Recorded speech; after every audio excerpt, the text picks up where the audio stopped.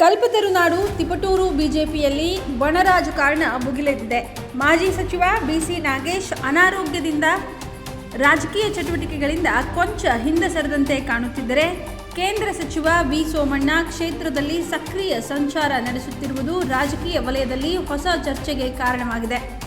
ಇತ್ತೀಚಿನ ಜಿಲ್ಲಾ ಹಾಗೂ ವಿವಿಧ ಮೋರ್ಚಾಗಳ ಪದಾಧಿಕಾರಿಗಳ ನೇಮಕಾತಿಯಲ್ಲಿ ಸೋಮಣ್ಣ ಬೆಂಬಲಿಗರಿಗೆ ಹೆಚ್ಚಿನ ಪ್ರಾತಿನಿಧ್ಯ ದೊರೆತಿದ್ದು, ಇದು ನಾಗೇಶ್ ಬಣಕ್ಕೆ ಹಿನ್ನಡೆಯಾಗಿದೆ.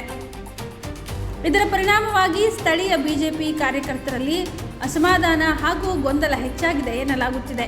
ಇದರ ನಡುವೆ ನಿವೃತ್ತ ಎಸಿಪಿ ಲೋಕೇಶ್ವರ್, ಮಾಜಿ ನಗರಸಭಾ ಸದಸ್ಯ ಪ್ರಸನ್ನಕುಮಾರ್, ನಾಗೇಶ್ ಪುತ್ರ ಸೇರಿದಂತೆ ಹಲವು ಟಿಕೆಟ್ ಆಕಾಂಕ್ಷಿಗಳು ತೆರೆಮರೆಯಲ್ಲಿ ತಮ್ಮ ರಾಜಕೀಯ ಕಸರತ್ತು ಮುಂದುವರೆಸಿದ್ದಾರೆ. ಇನ್ನೊಂದೆಡೆ ಆರ್ಎಸ್ಎಸ್ ಹಿನ್ನೆಲೆಯ ಖ್ಯಾತ ವೈದ್ಯ ಡಾಕ್ಟರ್ ಶ್ರೀಧರ್ ಅವರ ಹೆಸರು ಟಿಕೆಟ್ ಆಕಾಂಕ್ಷಿಗಳ ಪಟ್ಟಿಯಲ್ಲಿ ಕೇಳಿಬರುತ್ತಿದ್ದು, ಬಿಜೆಪಿ ಹೈಕಮಾಂಡ್ ಯಾವ ನಿರ್ಧಾರ ಕೈಗೊಳ್ಳಿದೆ ಎಂಬ ಕುತೂಹಲ ಮೂಡಿದೆ. ಒಟ್ಟಾರೆಯಾಗಿ ಮನೆಯೊಂದು ಮೂರು ಬಾಗಿಲು ಎಂಬಂತಿರುವ ತಿಪಟೂರು ಬಿಜೆಪಿ ರಾಜಕಾರಣದಲ್ಲಿ ಮುಂದಿನ ದಿನಗಳಲ್ಲಿ ಯಾರಿಗೆ ಮೇಲುಗೈ ಸಿಗಲಿದೆ?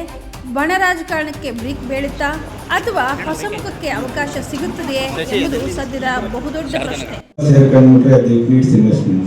It needs that amount of resources. ನಮ್ಮದು ಹೆಲ್ತ್ ಕೇರ್ ಅಂತ ಇತ್ತು, ಈಗ ಹೆಲ್ತ್ ಕೇರ್ ಇಂಡಸ್ಟ್ರಿ ಆಗಿದೆ. Once that industry tag is attach to health care or whatever, then it economics, the whole economics change, the whole dimensions change. Our priorities change once that health, that industry tag is, once the industry tag is there, then naturally it demands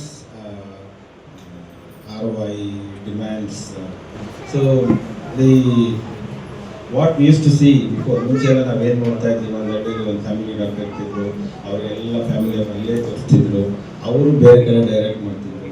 ಈಗ ಹಂಗಾಗಲ್ಲ. ಈಗ everybody knows, everybody googles everything, and he thinks he want that specialist. I don't know, maybe that is causing that migration. People think they themselves brand themselves that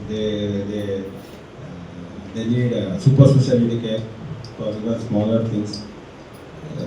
ಅವ್ರಿಗೆ ಅನಿಸ್ಬಿಡುತ್ತೆ, ನಾನು super specialist ಆಗಬೇಕು ಅಷ್ಟೇ ಅಂತ. ಆವಾಗ ಏನಾಗುತ್ತೆ, ಅವ್ರ ಮೇಲೆ ಒತ್ತಡ ಜಾಸ್ತಿ ಆಗುತ್ತೆ. ಎಲ್ಲರೂ ಕಾರ್ಪೊರೇಟ್